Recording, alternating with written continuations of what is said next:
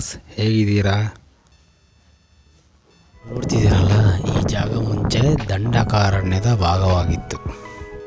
ಶ್ರೀರಾಮನು ಅಜ್ಞಾತವಾಸದಲ್ಲಿದ್ದಾಗ ಈ ಜಾಗಕ್ಕೆ ಬಂದು ಅಷ್ಟು ದಿನಗಳ ಕಾಲ ತಂಗಿದ್ದಂತೆ.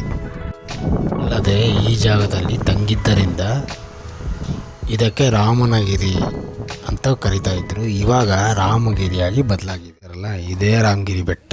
ಈ ಬೆಟ್ಟದ ಬಗ್ಗೆ ಮುಂದೆ ಹೋಗ್ತಾ ತಿಳಿಸ್ಕೊಡ್ತೀನಿ, ಬನ್ನಿ.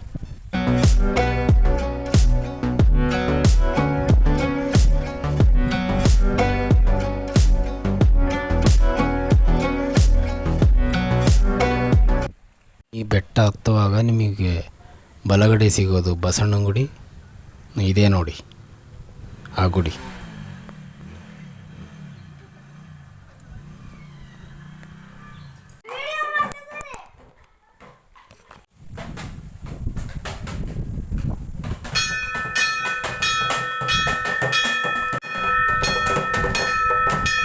ಮಕ್ಕಳೆಲ್ಲ ಬಾರಿಸ್ತಿದ್ದಾರೆ, ವಿಡಿಯೋ ಮಾಡ್ತೀರಂತೆ ಖುಷಿಯಾಗಿ.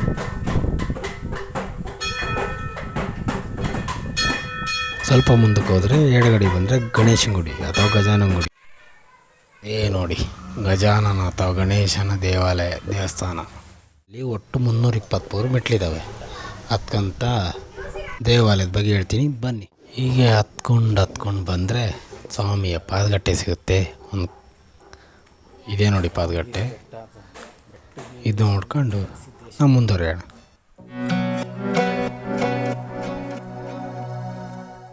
ಮೇಲೆ ಇರೋದು ಕರಿಸಿದ್ದೇಶ್ವರ ದೇವಸ್ಥಾನ.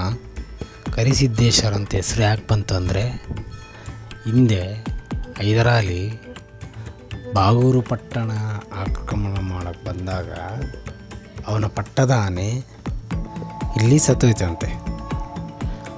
ಆವಾಗ ಬೆಟ್ಟದ ಮೇಲಿತ್ತಂಥ ದೇವರು ಸಾಧುವಿನ ರೂಪದಲ್ಲಿ ಬಂದು, ನಿನ್ನ ಆನೆ ಸತ್ತಿಲ್ಲ, ತಟ್ಟಿ ಎಬ್ಬಿಸು ಅಂತ ಹೇಳಿದ್ರಂತೆ.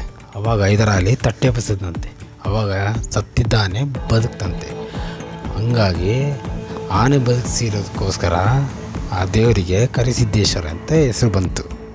ಆ ಕ್ಷಣದಿಂದನೂ ಕರಿಸಿದ್ದೇಶ್ವರ ದೇವರು ಇಲ್ಲಿ ಬಂದು ನೆಲೆಸಿ ಸದ್ಭಕ್ತರಿಗೆಲ್ಲ ಒಳ್ಳೇದು ಮಾಡ್ತಿದ್ದಾರೆ.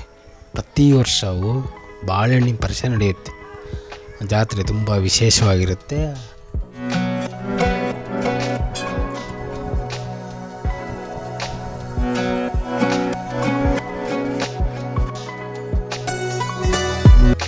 ನೋಡಿ, ಬೆಟ್ಟದ ಮೇಲಿಂದ ರಾಮಗಿರಿ ನೋಟ ಹೇಗಿದೆ.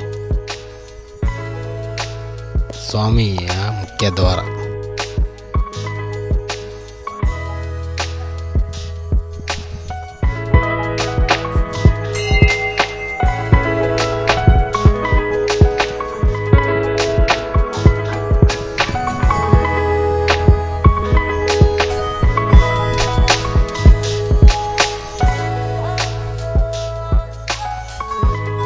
ಇಂತೂ ಹತ್ಕೊಂಡು ದೇವಸ್ಥಾನದ ಹತ್ರ ಬಂದ್ವಿ.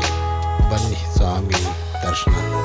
ಅಯ್ಯೋ, ನೋಡೋಣ ಬಾಲು ಕಿಂಡಿಯಿಂದ ಏನಾದ್ರು ದೇವರು ಕಾಣುತ್ತೇನೋ ಅಂತ ದರ್ಶನ ಮಾಡೋಣ. ಬನ್ನಿ, ಟ್ರೈ ಮಾಡ್ತೀನಿ. ದರ್ಶನ ಆಯ್ತು ಗುರು. ತಂದೆ ಎಲ್ರಿಗೂ ಒಳ್ಳೇದು ಮಾಡೋದು.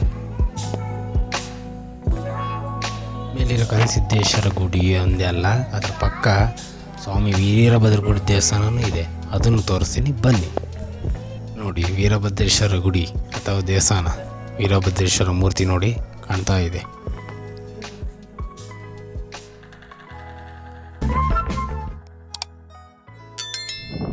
ನೋಡಿ, ಬೆಟ್ಟದ ಮೇಲಿಂದ ರಾಮಗಿರಿ ನೋಟ ಹೇಗಿದೆ.